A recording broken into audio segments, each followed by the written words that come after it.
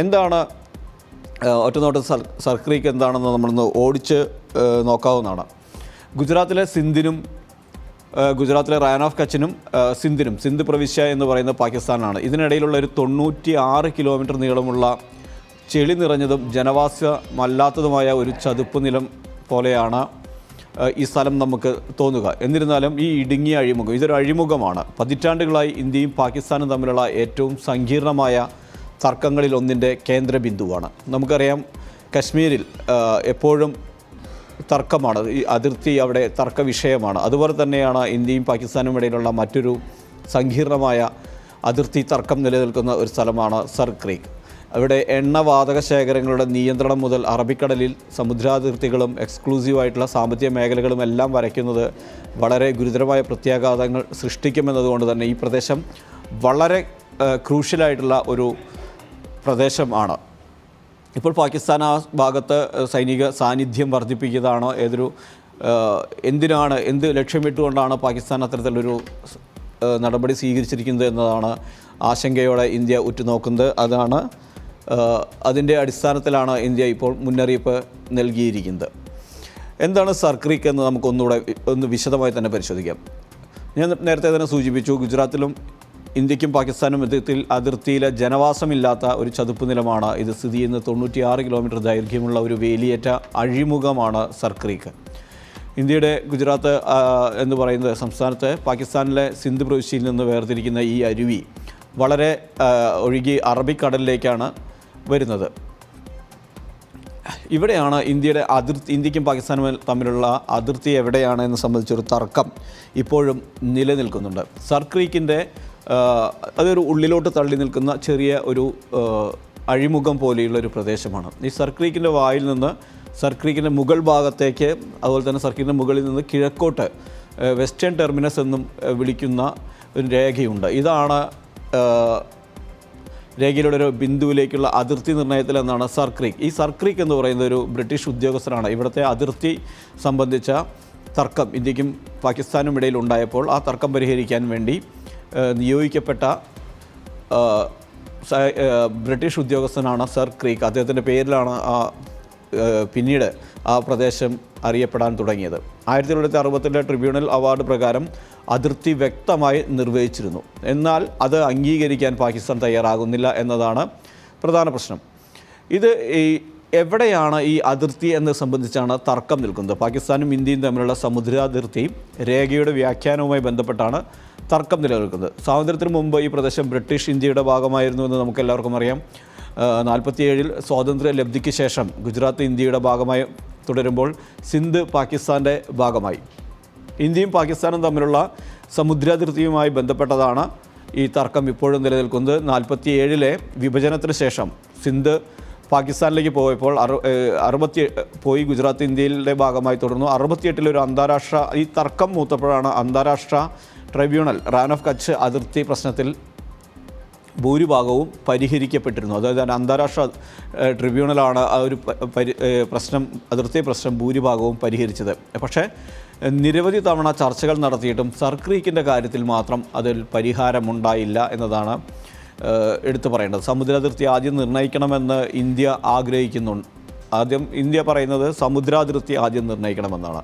പക്ഷേ പാകിസ്ഥാൻ പറയുന്നത് തർക്കം ആദ്യം പരിഹരിക്കാം, അതിനുശേഷം നമുക്ക് സമുദ്രാതിർത്തി ആകാം എന്നതാണ് അവരുടെ ഒരു നിലപാട്. അത് വൈകിപ്പിച്ച് കൊണ്ടുപോകാനുള്ളൊരു നീക്കമാണ്.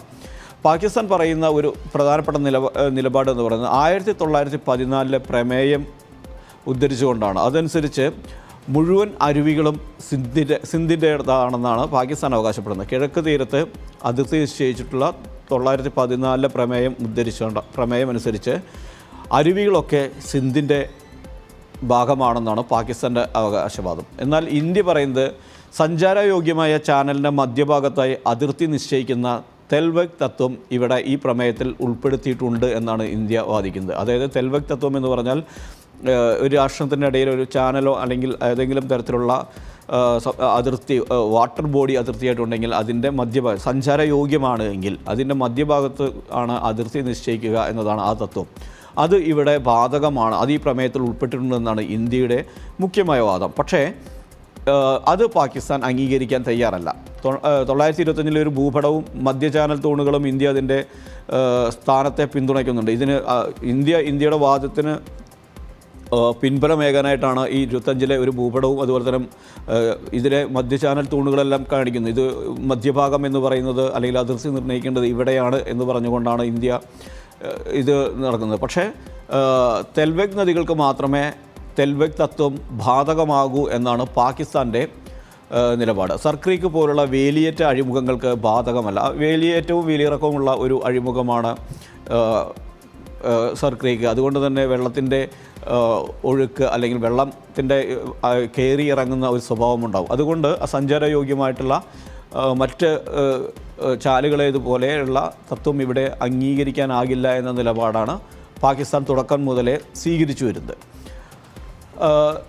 കാലക്രമേണ അരുവിയുടെ നമുക്കറിയാം ഒരു വേലിയിറക്കമുള്ളൊരു അരുവിയുടെയും കാലാവസ്ഥാ വ്യതിയാനത്തോടനുബന്ധിച്ച് ഇതിൻ്റെ എല്ലാം മാറ്റങ്ങൾ ഉണ്ടാകുന്നുണ്ട്. ഈ തർക്കത്തിൽ ഈ മാറ്റങ്ങളെല്ലാം ഇതിൻ്റെ ഗതിവിഗതികളെല്ലാം തന്നെ ഇതിൻ്റെ തർക്കത്തിൽ ഉൾപ്പെടുന്നുണ്ട്. ഇത് ഇരു രാജ്യങ്ങൾക്കും ഇടയിലുള്ള കരയും കടൽ അതിർത്തിയെയും സമുദ്രമേഖലയെയും ഒരുപോലെ ബാധിക്കും.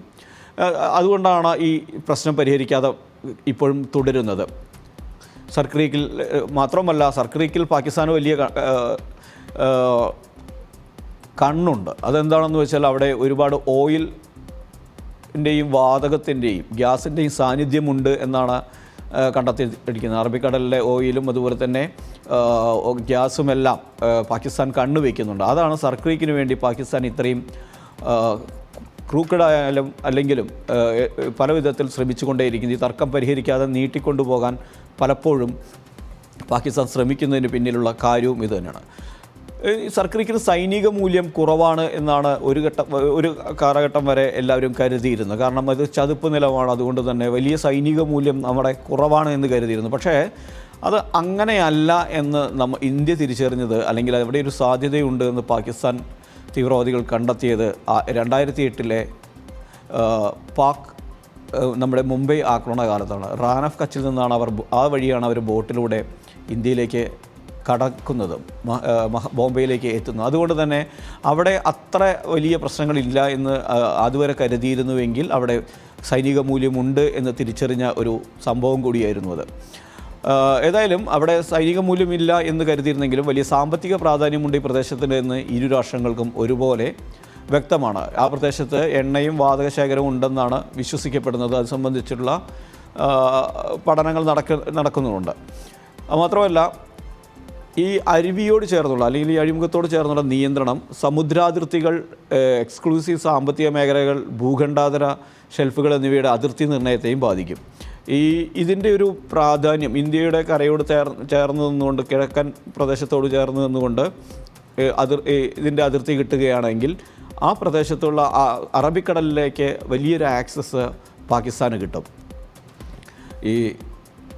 അത് പാകിസ്ഥാൻ മുതലാക്കാൻ ഈ സർക്രീക്ക് ഒഴുകിയെത്തുന്ന അറബിക്കടലിലേക്കാണ്. അപ്പോൾ സർക്രീക്കിൻ്റെ വലിയൊരു പ്രാധാന്യം അല്ലെങ്കിൽ അതിൻ്റെ ഒരു മേധാവിത്വം അവരുടെ കയ്യിലേക്ക് വരികയാണെങ്കിൽ, അവരുടെ ഭരണം അല്ലെങ്കിൽ ആധിപത്യം അവർക്കാണ് കിട്ടുന്നത് എങ്കിൽ അതിൽ ഈ പ്രദേശത്തുള്ള സമുദ്രാതിർത്തികളിലേക്കും അതുപോലെ തന്നെ എക്സ്ക്ലൂസീവ് സാമ്പത്തിക മേഖലകളിലേക്കുമെല്ലാം കടന്നു കയറാൻ അവരെ സഹായിക്കും എന്നത് തന്നെ ഒരു വലിയ വിഷയമാണ്. പാകിസ്ഥാന് സാമ്പത്തികമായി വലിയ നേട്ടമുണ്ടാക്കാൻ ഇത് സഹായിക്കും എന്നത് ആണ് അവർ കണക്ക് കൂട്ടുന്ന മറ്റൊരു കാര്യം.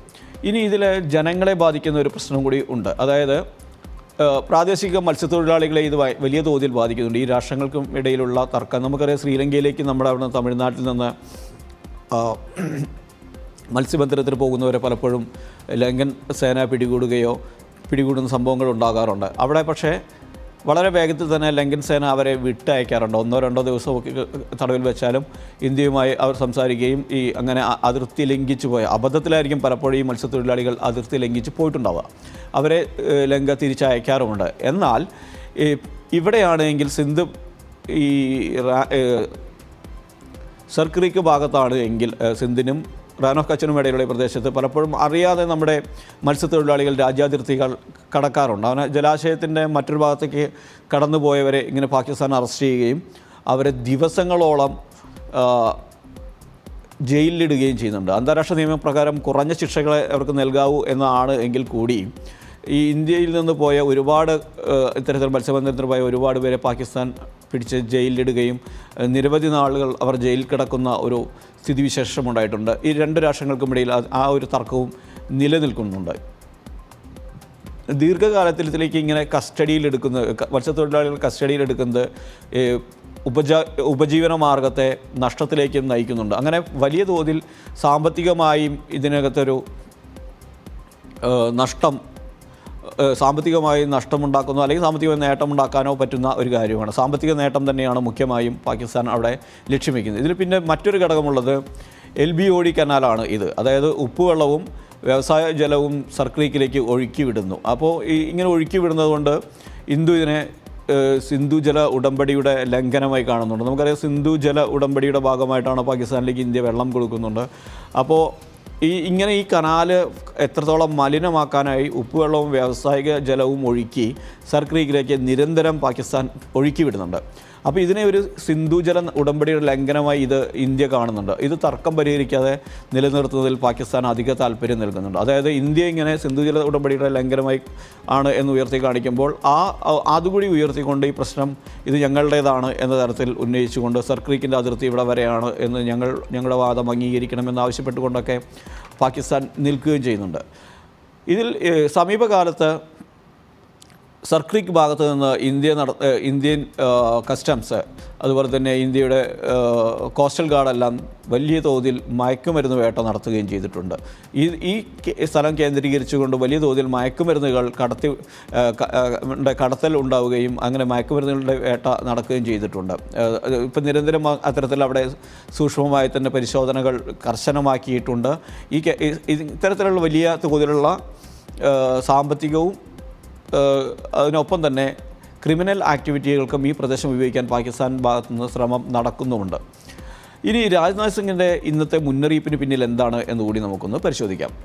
ഇന്ത്യൻ സൈന്യവും അതിർത്തി സുരക്ഷാ സേനയും ജാഗ്രതയോടെ അതിർത്തി കാക്കുന്നുവെന്നാണ് രാജ്നാഥ് സിംഗ് തൻ്റെ പുതിയ പ്രസ്താവനയിൽ മുന്നറിയിപ്പിൽ പറഞ്ഞത്. ഈ പ്രദേശത്ത് സർക്രീക്കിൽ നേരത്തെയും ഇന്ത്യയും പാകിസ്ഥാനും തമ്മിൽ യുദ്ധമുണ്ടായപ്പോൾ 65 ഈ ക്രീക്ക് വഴി സർക്രീക്ക് വഴി ഇന്ത്യ ലാഹോറിലെത്തിയിട്ടുണ്ട് 65 യുദ്ധത്തിൽ. അതുപോലെ ലാഹോറിലേക്ക് ഏതാണ്ട് 200 കിലോമീറ്റർ മാത്രമാണ് അവിടെ നിന്നുള്ളത്. കറാച്ചിയിലേക്കും വലിയ ദൂരമില്ല എന്നാണ് എത്താൻ. അവിടെ നിന്ന് സർക്രീക്ക് വഴി കറാച്ചിയിലേക്ക് വലിയ ദൂരമൊന്നും ഇല്ല എന്നാണ് ഇന്ന് രാജ്നാഥ് സിംഗ് മുന്നറിയിപ്പ് നൽകിയിരിക്കുന്നത്. കറാച്ചിയിലേക്ക് ഈ അരുവിയിലൂടെയാണ് കടന്നു പോകുന്ന ഒരു വഴി ഈ അരുവിയിലൂടെ കടന്നു പോകുന്നുണ്ടെന്ന് പാകിസ്ഥാൻ ഓർമ്മിക്കണമെന്നാണ് ഇന്ന് രാജ്നാഥ് സിംഗ് മുന്നറിയിപ്പ് നൽകിയിരിക്കുന്നത്. അതായത് ഏതെങ്കിലും തരത്തിൽ സർക്രീക്ക് ഉപയോഗിച്ചുകൊണ്ട് ഈ ഭാഗത്ത് സൈനികമായ നടപടികൾ സ്വീകരിക്കാനോ അല്ലെങ്കിൽ സൈനിക വിന്യാസത്തിന് പാകിസ്ഥാൻ തയ്യാറെടുക്കുകയാണെങ്കിൽ തിരിച്ചടിക്കാൻ ഇന്ത്യക്ക് അറിയാം. ഇന്ത്യക്ക് ശക്തമായി തന്നെ സർക്രീക്ക് അരുവിയിലൂടെ തന്നെ കറാച്ചിയിലേക്ക്, പാകിസ്ഥാൻ്റെ തലസ്ഥാനത്തേക്ക് എത്താൻ സാധിക്കുമെന്ന മുന്നറിയിപ്പാണ് രാജ്നാഥ് സിംഗ് നൽകിയിരിക്കുന്നത്. ഇന്ന് ഗുജറാത്തിലെ ഭുജിലാണ് അദ്ദേഹം ഇന്ന് ദസറയോടനുബന്ധിച്ച് നടന്ന പരിപാടിയിൽ സംസാരിക്കവെയാണ് പാകിസ്ഥാന് മുന്നറിയിപ്പ് നൽകിയിരിക്കുന്നത്. പാകിസ്ഥാൻ ഏതെങ്കിലും തരത്തിലുള്ള ദുരുദ്ദേശങ്ങൾ വെച്ച് പുലർത്തുന്നുണ്ട് എങ്കിൽ അത് വേണ്ട എന്ന മുന്നറിയിപ്പ് തന്നെയാണ്. സർക്രീക്കിൽ നിന്നുള്ള പ്രദേശങ്ങളിൽ പാകിസ്ഥാൻ സൈനിക അടിസ്ഥാന സൗകര്യങ്ങൾ വികസിപ്പിക്കുന്ന രീതി അവരുടെ ഉദ്ദേശശുദ്ധിയെ തുറന്നു കാട്ടുന്നുണ്ട് എന്ന് തന്നെയാണ് രാജ്നാഥ് സിംഗ് പറഞ്ഞതിൻ്റെ ഉള്ളടക്കം. അങ്ങനെ ഏതെങ്കിലും തരത്തിൽ കശ്മീർ അശാന്തമാക്കിയതുപോലെ ഗുജറാത്തിൻ്റെ ഭാഗവും അശാന്തമാക്കാൻ ഏതെങ്കിലും തരത്തിൽ ശ്രമം നടത്തിയാൽ ശക്തമായ തിരിച്ചടി ഇന്ത്യ നൽകും എന്ന മുന്നറിയിപ്പാണ് അദ്ദേഹം നൽകിയിരിക്കുന്നത്. 78 വർഷം കഴിയുന്നു ഇന്ത്യയും പാകിസ്ഥാനും തമ്മിൽ വിഭജിക്കപ്പെട്ടിട്ട്, അല്ലെങ്കിൽ ഇന്ത്യക്ക് സ്വാതന്ത്ര്യം ഇന്ത്യയും ഇരു രാജ്യങ്ങളും സ്വതന്ത്രരായിട്ട്. പക്ഷേ ഇപ്പോഴും ഈ പ്രദേശത്തെ ചൊല്ലിയുള്ള തർക്കം നിലനിൽക്കുന്നുണ്ട് എന്നത് ഓർമ്മിക്കേണ്ടതുണ്ട്. അത് പരിഹരിക്കേണ്ടത് മധ്യസ്ഥ ചർച്ചകളിലൂടെയാണ്. അത് പക്ഷേ പിടിവാശിയുടെ പുറത്തല്ല ചർച്ച വേണ്ടത്. ഇത്ര വർഷങ്ങൾ കഴിഞ്ഞും ഇപ്പോഴും ഇത്തരം അതിർത്തി പ്രശ്നങ്ങളിൽ ഒരു സമവായത്തിലോ അല്ലെങ്കിൽ ഒരു തീരുമാനത്തിലോ എത്താൻ കഴിയുന്നില്ല എന്നത് ഖേദകരമാണ്. പക്ഷേ അതിനർത്ഥം ഏതെങ്കിലും തരത്തിൽ വിട്ടുവീഴ്ച ചെയ്യണം എന്നല്ല, കൃത്യമായ രീതിയിൽ ചർച്ചകളിലൂടെ പ്രശ്നങ്ങൾ പരിഹരിച്ച് മുന്നോട്ട് പോകണം എന്നത് തന്നെയാണ്. കാരണം ഏതെങ്കിലും തരത്തിലുള്ള പ്രകോപനപരമായ നടപടി സ്വീകരിച്ചാൽ തിരിച്ചടിക്കുമെന്ന മുന്നറിയിപ്പ് പാകിസ്ഥാന് രാജ്നാഥ് സിംഗ് നൽകിയത്. 2019 മുതൽ ഈ പ്രദേശത്ത് പാകിസ്ഥാൻ സൈനിക സാന്നിധ്യം അതിവേഗം വർദ്ധിപ്പിച്ചിട്ടുണ്ട്. പുതിയ ക്രീക്ക് ബറ്റാലിയനുകൾ, തീരദേശ പ്രതിരോധ ബോട്ടുകൾ, മറൈൻ അസോൾട്ട് ക്രാഫ്റ്റുകൾ എന്നിവയെല്ലാം വിന്യസിച്ചു. കൂടുതൽ നാവിക കപ്പലുകളും പോസ്റ്റുകളും സൈനിക പോസ്റ്റുകളും വിന്യസിച്ചിട്ടുണ്ട്. സൈനിക പോസ്റ്റുകൾ നിർമ്മിക്കാനുള്ള പദ്ധതികളും റഡാറുകളും മിസൈലുകളും നിരീക്ഷണ വിമാനങ്ങൾ എന്നിവ ഉപയോഗിച്ച് വ്യോമ പ്രതിരോധം ശക്തിപ്പെടുത്തിയിട്ടുണ്ട് ഈ പ്രദേശത്ത്. അപ്പോൾ അത്തരത്തിൽ വലിയ തോതിൽ പാകിസ്ഥാൻ്റെ ഭാഗത്ത് നിന്നുള്ള പ്രകോപനപരമായ ഇന്ത്യ ഏറ്റവും സസൂക്ഷ്മം ഇപ്പോൾ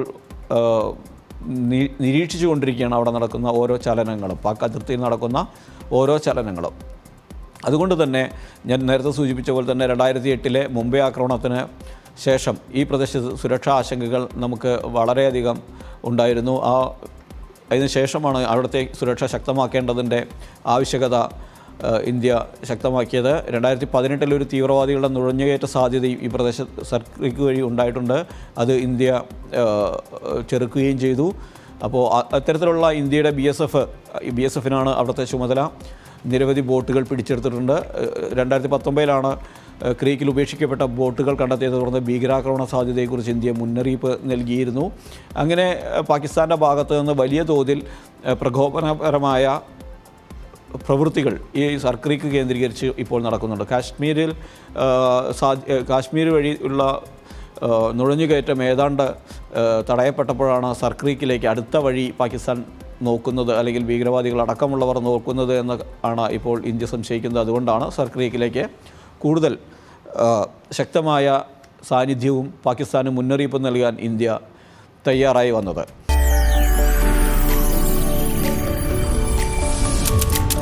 NTV UAE to the world.